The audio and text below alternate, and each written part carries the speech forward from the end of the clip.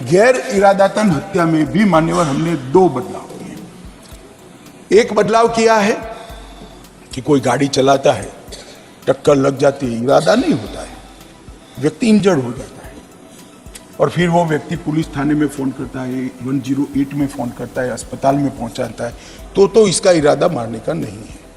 इसके लिए हमने कम सजा का प्रावधान किया। मगर जो टक्कर लगाता है और जो विक्टिम है उसको मरने के लिए छोड़कर पुलिस या अस्पताल को सूचना नहीं देता है और फिर पुलिस पकड़ते लाती है, हिट एंड रन केसों में 10 साल की सजा का प्रावधान हमने किया है। इससे ऐसे लोगों को अनिवार्य सामाजिक समस्याओं का भी निपटान किया है। हम ढेर सारी जगह पे स्नैचिंग देखते हैं, चाहे मोबाइल हो चाहे चेन हो, इसके लिए कोई सेपरेट धारा नहीं थी। भारतीय न्याय संहिता के खंड 304 में 3 साल की सजा प्लस जुर्माना का स्नैचिंग के लिए नया प्रावधान किया है, जिससे किसी को इसमें से लूफोल्स लेकर छूटने की संभावना न रहे। मध्य प्रदेश के शाहजहांपुर में ड्राइवर से उसकी औकात पूछने वाले जिला कलेक्टर किशोर कन्याल पर आखिरकार गाज गिर ही गई। खुद मुख्यमंत्री डॉक्टर मोहन यादव ने इस मामले में संज्ञान लिया और उन्हें पद से हटा दिया है। उन्हें पद से हटाने के साथ ही मुख्यमंत्री ने कहा कि वो खुद गरीब के बेटे हैं और ये सरकार गरीबों की है। इस सरकार में सभी का सम्मान होना चाहिए। इसी के साथ उन्होंने राज्य के बाकी अधिकारियों को भी अपनी भाषा पर संयम रखने का निर्देश दिया।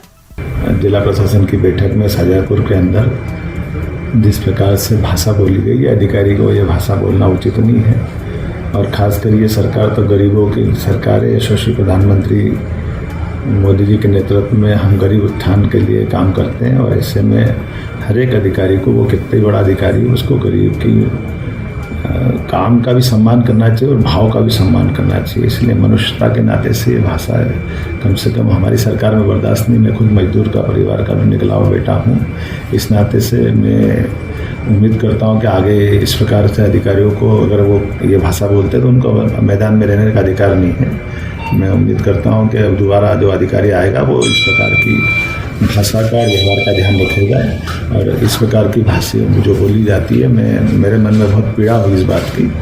मैं कभी क्षमा नहीं करूँ इस तरह की बातों को। जिला अधिकारी किशोर कन्याल को पद से हटाने के बाद मध्य प्रदेश सरकार ने रिजू बाफना को कलेक्टर बनाया गया है।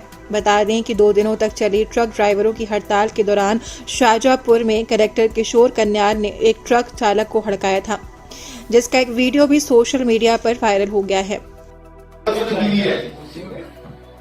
कोई कानून का हाथ नहीं आएगा, ऐसी बात हम कर सकते हैं। अच्छे से बोलो, समझ के है क्या बोल रहे हो, समझ रखो। क्या करोगे तुम? क्या पुकार दो तुम्हारी?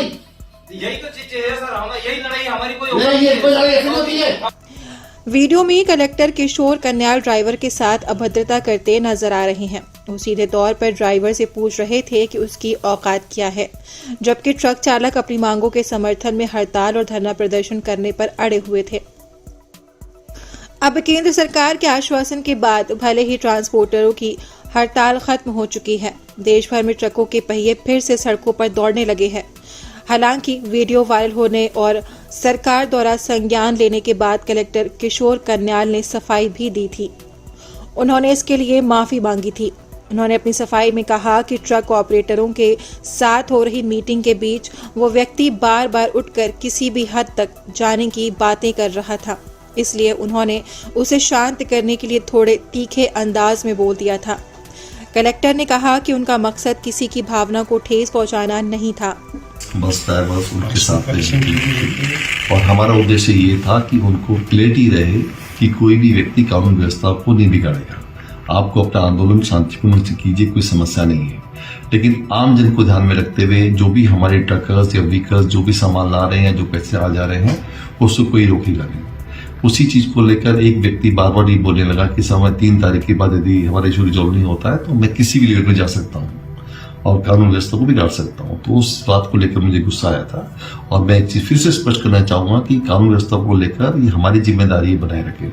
आम जन की सुरक्षा को व्यवस्थित रखना हमारी जानकारी, हमारी जिम्मेदारी है और किसी भी हालत में हम लोग ऐसी स्थिति नहीं उत्पन्न होने देंगे।